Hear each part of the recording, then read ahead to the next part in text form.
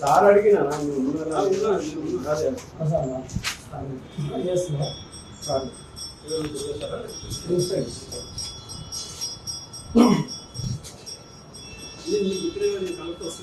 లేదు ఇల్లు తెలియదు కదా మీరు ఏడ ఉన్నా నేను కలుస్తాను చెప్పినా కదా చెప్పినా లేదు సార్. నమస్తే సార్. సార్ మూర్తి మాట్లాడు సార్. మనకే వస్తుంది సార్. ఇంట్లో ఉన్నాయి.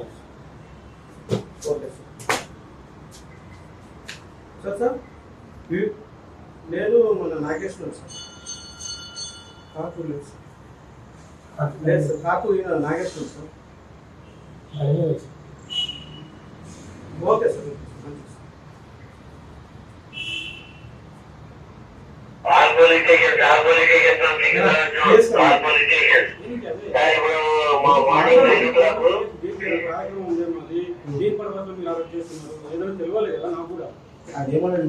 మినిమం మాట్లాడాలి. నేను మాట్లాడాను మీ సీఏ గారి దగ్గర. నేను కూడా చెప్తున్నా, ఇప్పుడు నన్ను అరెస్ట్ చేస్తున్నారు. దేనికోసం మరి దేనికి రావాలి మాట్లాడుకోవాలి. లేదు నేనేం మాట్లాడను. మీరు పిఎస్కి వస్తారు. మీరు దేనికోసం అరెస్ట్ చేస్తున్నారు? దేనికోసం రావాలి? సార్ చెప్పిండు దేనికోసం దేనికోసం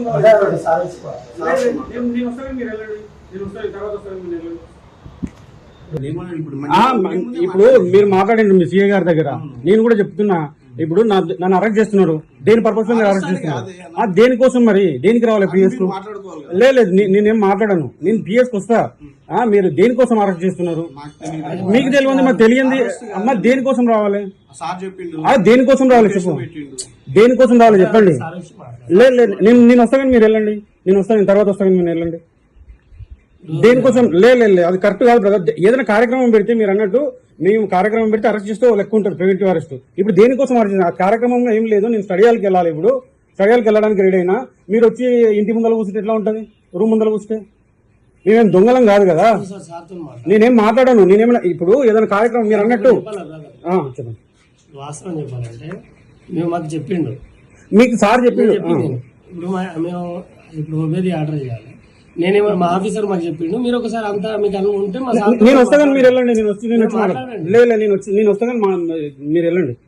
అట్లా కరెక్ట్ లేదు అది కరెక్ట్ కాదు. మీరు కూడా చెప్తున్నారు. ఏదైనా కార్యక్రమం ఉందా చెప్పండి. ఈ కార్యక్రమం ఉంది అందుకే అరెస్ట్ చేస్తున్నామని దానికి చెప్పండి. ఏ కార్యక్రమం లేదు. నేను స్టడియాలకు వెళ్తుంటే నేనేం మాట్లాడాను? నేను ఎందుకు మాట్లాడాలి చెప్పు? నేనేం మాట్లాడాను? ఈరోజు పోలీసులు ఎటువంటి కార్యక్రమం నిరుద్యోగం చేసి ఎటువంటి కార్యక్రమాన్ని పిలిపివ్వకుండా కూడా పోలీసు వాళ్ళు వచ్చి రూమ్ల దగ్గర వచ్చి అకారణంగా అన్యాయంగా వేధిస్తున్నారు.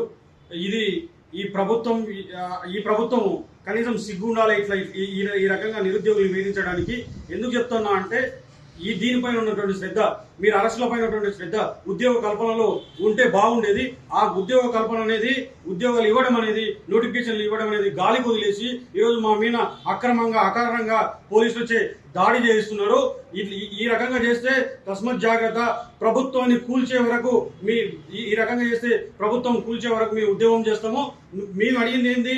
అయ్యా 5,000 ఉద్యోగాలు పోలీసు ఉద్యోగాలు నోటిఫికేషన్లు ఇస్తాను కాదు, 19,000 ఖాళీలు ఉన్నాయి. మీరు ఇంతకుముందు డీజీపీ గారు చెప్పినట్లుగానే 19,000 ఖాళీలు ఉన్నాయి. ఆ 19,000 ఖాళీలు అడిగినాం అంతే తప్ప మీ ప్రభుత్వం మీదకి దండయాత్ర రాలేదు, మీ ప్రభుత్వం మీదకి ఇంకో దానికి రాలేదు. దయచేసి చెప్తా ఉన్నా, ఇప్పటికైనా ఇటువంటి చర్యలు మానుకోలే. లేదంటే మేము తీసుకోబోయే కార్యక్రమాలకు బాధ్యత నువ్వే వహించవలసి వస్తుంది. రేవంత్ రెడ్డి ప్రభుత్వాన్ని గుర్తించుకోవాలి. ఆ తర్వాత ఇక అతి తొందరలోని కోడంగల్లో ధూమ్ధామ్ కార్యక్రమం నిర్వహిస్తాము. నువ్వు 19,000 పోలీస్ ఉద్యోగాలు లేకపోతే తప్పకుండా కోడంగల్లోనే ధూమ్ధామ్ నిర్వహిస్తాం. కోడంగల్ చౌరస్తాలో ధూమ్ధామ్ నిర్వహిస్తాం. తస్మత్ జాగ్రత్త రేవంత్ రెడ్డి. అట్లానే రేవంత్ రెడ్డి ప్రభుత్వం గుర్తించుకోవాల్సింది.